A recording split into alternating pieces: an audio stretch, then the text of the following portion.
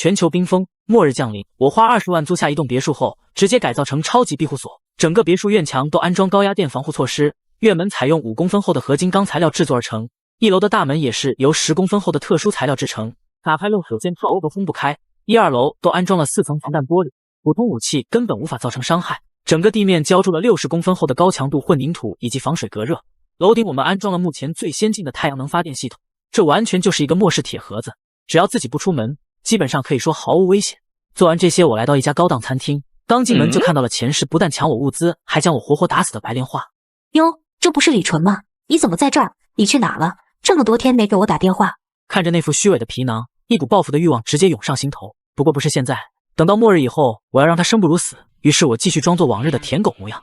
这么巧，你们也在这儿？我去了一趟外地，大山里面手机没有信号，所以没跟你联系。看着你这么真诚的份上，就不跟你计较了。现在也到饭点了，给你个机会，就这家吧，怎么样？说完还没等我同意，俩人就直接进入了餐厅。我并不打算请他们吃饭，但是我却另有打算。随后我直接叫来了饭店的经理。请问你们饭店顶级的套餐一桌需要多少钱？先生，顶级的一桌可是5000块钱呢。好，那就给我做100份，今天下午打包好送到卧虎山别墅。记好了，是卧虎山别墅。您确定不是在开玩笑吧？确定，直接刷卡吧，密码6个8。另外给这2位美女再上一份。先生，想不到您做事这么雷厉风行，我马上安排，今天这桌我给您免单，感谢您对我们的支持。这一操作直接把二人看傻了，同时我的目的也达到了，我就是想让他们知道我现在住的地方，这样他们才能在末世找到我。到时候我还不是想怎么样就怎么样。至于订的这些食物根本不嫌多，反正末世以后钱就没用了。此时给我送货的司机打来了电话。老板，货好了，我是直接帮你卸到别墅院子吗？行，先帮我卸在院子吧，我马上就回去。2位，你们慢慢吃，反正也是免费的。半个小时后我回到了别墅，此时司机已经卸完离开了。我看了一下四下无人，然后全都收进了我的空间，回到屋里冲了个澡，我躺在床上舒服的睡了。此时小区迎来了停水问题，由于我在的是别墅区，旁边住的大多是有钱人家，所以他们储存的物资还算凑合，但是另外那3栋高层的人们储备就差一些，所以人们开始在群里抱怨了。张姐，什么情况？说好的送水车怎么还没来？啥时候来啊？是啊，今早上上厕所都还没冲呢，能不能给个确切的时间？张姐也很无奈，现在各个城市都是各自为战，也没有支援力量。我已经联系过上面了，说是会派送水车过来的，大家再等等，估计傍晚的时候就会送水过来了。听到此话，业主群停止了喧闹，毕竟大家目前还是比较相信官方的。就在这时，我的电话响了，我拿起手机一看，原来是白莲花孟静书打来的，想必是家里的食物吃完了，来向我求助的。我立马接通电话。喂，有事吗？李纯，你在干嘛呢？没干嘛，正准备做饭呢。做什么好吃的呀？给我看看呗。我随手给他拍了张照片过去，直接看得孟静书口水都快流出来了，恨不得现在立马就过来，但是他又不想显得自己很主动。我可是女神，没有李纯死缠烂打的邀请，我怎么能主动去？我得想办法让他主动邀请我过去。这么丰盛啊，还是你精明。那天在超市买了2车物资，有一车还是我们帮你拉回去的呢，我们就可怜了，这几天吃泡面吃的都想吐。是啊，说实话那天还得感谢你们呢，不然我那车东西可麻烦了。这是什么情况？此时这舔狗不是应该心疼我，然后求着我过去吃饭吗？怎么突然变得矜持了？看来我得再努力。是啊，我可从没开过越野车呢，那天第一次开，可紧张了，吓死宝宝了。他觉得他的暗示已经很明显了，还以为我是过去的舔狗呢。实在太感谢了，改天一定请你们吃饭。干嘛改天呢？今天也行啊，机会可只有这一次哦，看你表现。今天不行吧？拿这些东西来招待你太寒酸了。听到此话，他觉得就差临门一脚了。就今晚吧，就这么说定了。晚上我邀上李强与刘栋他们那些老朋友，一起去你家吃个饭。不出意外的话，今晚12点左右气温会骤变，接下来的还会有暴雨及洪水。那么他们全都来的话，正合我的心意。好吧，既然坚持来，那就来吧。挂完电话，孟静书立马就跟李强联系了。再听说有海鲜和大餐，李强他们全都同意过来，并且还想着霸占我的别墅。李纯这个舔狗有那么多物资，自己多带几个人过去，到时候住进他家，还不是想干什么干什么。一转眼到了傍晚，我从空间取出一桌菜和10瓶烈酒，摆在了别墅外面的水泥地上。我肯定是不会让他们进入别墅的。大约半小时，一行人来到了别墅外面，只看到一桌摆好的酒菜，却没看见我人，便给我打来了电话。李纯，你去哪了？你人呢？我临时有急事出门了，你们先吃，我一会就回去。屋子里面太热了，晚上外边还有点风，所以就在外面吧。大家看着桌上的食物和那几瓶许久不见的酒，谁还有心思管他在哪儿吃呢？迫不及待的就开动。时间很快来到了晚上11点，此时距离暴雨来临还有1个小时，然而他们却还没有要离开的迹象。不管了，我先做点吃的，一会就可以边吃边看好戏了。我来到厨房，从空间取出食材，在我一顿猛如虎的操作下，一道道佳肴被我摆上了餐桌。就在这时，天空突然开始下起暴雨，气温也瞬间下降。感觉到不对劲，几人想进入我的别墅躲雨，却发现门被牢牢的锁着。李纯这小子到底去哪了？害得我们被淋雨，再这么淋下去，非得冻死不可。是啊，这雨还不知道什么时候才能停呢，咱们还是赶紧找躲雨的地方吧。因为别墅区没有人收留他们，于是一行人就躲到了一栋高层的楼梯间。然而这才刚刚开始，之后的几天暴雨会一直持续，并且水位迅速上涨，各家各户的食物也会不断减少，人们丑恶的嘴脸也随之会显露出来。此时被困楼道里的孟静书，凭着自己有几分姿色装可怜，成功骗开了单身汉老周的房门。可是，一起进去的还有李强等人。你给我听好了，现在你的房子被我们征用了，你要是敢耍什么花样，小心我送你见阎王。此话一出，老周吓得只感觉裤裆一阵暖流袭来，后悔自己色迷心窍，现在更是小命都快不保了。要知道，在末世，一颗圣母心是活不久的。此时他们虽然霸占了老周的房子，但是看着老周家里为数不多的物资，根本坚持不了多久。随后李强就指使孟静书向我讨要物资。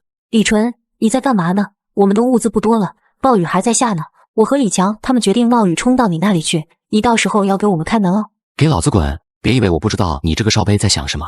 李纯，你什么意思？难道你想见死不救吗？哟呵，是强哥呀！不是我不救你们，是我的物资也不多了。不信你看。我把手机镜头一转，对着餐桌。当李强看着桌子上的食物，此刻屋子里的几个人都忍不住的吞了吞口水。李纯，你故意的吧？这还特么的叫物资不多吗？是不多呀，这样的我每天只敢吃一顿而已，再多就没有了。李纯，我承认之前我们几个都多少有点看不起你。强哥，我在这给你道个歉。但是现在是什么时候了？你总不能这么小心眼吧？去你丫的，老子不接受你的道歉。想起前世的一幕幕，我直接挂断了电话。此时水位已经漫过了高层的3楼，低层的住户也纷纷逃向更高的楼层。这时别墅区有业主讲话了：谁有多余的食物？有多余的食物的话，加我微信，我让他进我别墅。我们别墅地势高，我看着水位还在上涨，低层的住户要危险了。你好，我家还有100斤大米和6箱方便面，请问可以过去吗？我家有80斤大米，还有10多斤猪肉和几箱泡面，我一个人可以过去吗？基本都是低层住户在发言。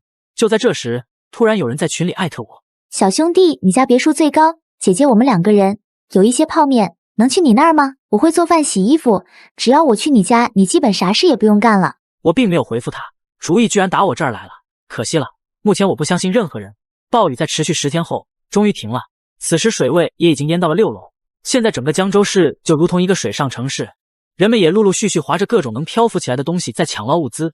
这些天在张姐的撮合下，6楼以下的人们大多也都住进了邻居家里，大多数人还是活了下来，但是他们的物资基本也空了。很快夜幕来临，只见几个人影趁着黑暗悄悄地来到了别墅的院墙根，仔细一看，正是李强那一伙人。接着一个人拿起一个东西就在捅院门锁眼，我拿起手机看着监控里的几个人，不由觉得一阵好笑。大约捅了10来分钟，丝毫没有进展。强哥，不行，这锁已经超出了我的技术范围了。特么的废物一个！李纯，开门！今天不开门，别怪老子不客气了。说着举起了手中的斧头往门上砍去，可不管他怎么砍，大门却丝毫没有受损。此时我拿出弓箭瞄了一下，但由于院墙挡住了视线，我打算把他们放进院子，来个关门打狗。紧接着大门缓缓打开，一行人还以为我怕了，趾高气扬地走了进来。早知道这样浪费什么时间，现在知道怕了吗？谁说老子怕了？我是想放你们进来而已。说完，院门缓缓关闭。劝你小子识相点，赶紧把大门打开，别以为搞了个结实的门就能阻止我们了。想要食物我这儿有啊，这样吧，下面的人都听好了，我就看李强不爽，你们谁现在把他腿给打断，或者直接把他嘎了，烤鸭就归谁，怎么样？几个人质疑了一下，谁也没敢动手。对于李强这种狠角色，他们还是没有勇气。此时李强继续放着狠话：李纯，你不得好死，总有一天我要进入你的房子，用刀把你的肉一块一块的割下来。听到这话，我的火气一下就上来了，想起了前世的种种。都这时候了还特么的嘴硬，看来老子不给你点颜色瞧瞧，你都分不清大小王了。我直接瞄准靠前的2个人，扣动了扳机，一箭射中了李强的大腿，另一箭使中了谢鹏的手臂。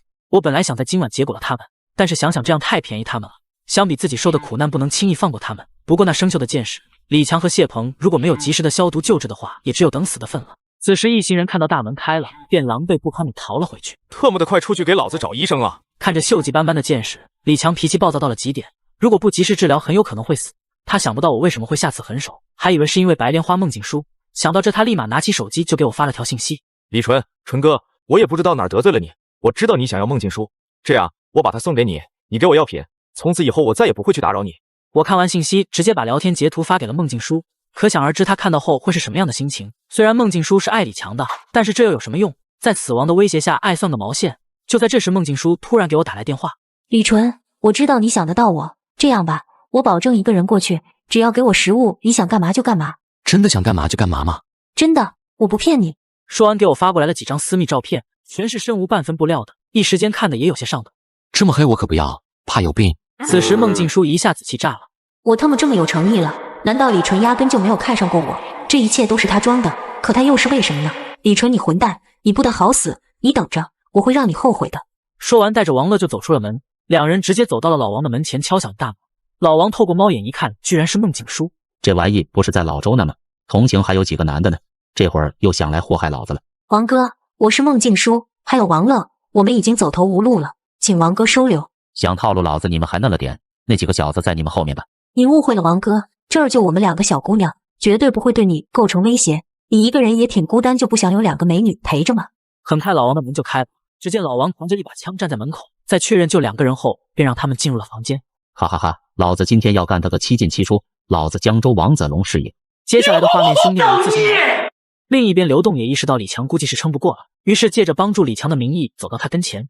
强哥，这箭头待修，搞不好得破上风，我必须帮你拔出来。只见刘栋2只手抓住箭矢一用力，李强的脸色瞬间坦白了下去，直接给李强放干了血。旁边的谢鹏看到这一幕吓傻了。不要帮我拔剑，快带我去找医生，我不想死啊！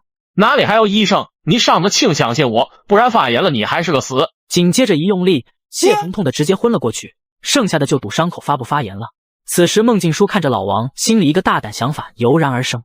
王哥，这雨虽然停了，但水却没有退去的迹象，我们的物质也坚持不了多久，是该提前想办法了。你这个女人想的还比较长远，说说你的想法。你看你手里有枪，再看别墅区那边，好多户人家都有发电机，而且物资估计也不少，要不带着我们去那边住吧？你继续说。我们之所以滞留在你们小区，就是因为那个李纯，据我所知，他囤了很多物资，莫氏没来之前就买了2车的东西放在家里，他一个人能消耗多少？要不我们过去，你用枪打烂他的玻璃，我们闯进去，那么所有的东西不都是我们的了吗？有道理，可是我一个人带着你们2个女人，估计困难呢。我早就帮王哥想好了，隔壁不是还有几个男人吗？李强和谢鹏受了伤估计不行，但是还有其他几个人呢，而且谢鹏的女朋友刘云长得也很不错，凭王哥的本事，收服他们应该没问题吧？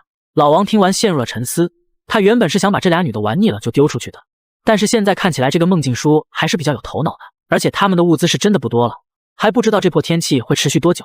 如果真是那样，自己再收服几个小弟，到时候物质、女人，凭我的本事和手里的枪，那还不是可以为所欲为了吗？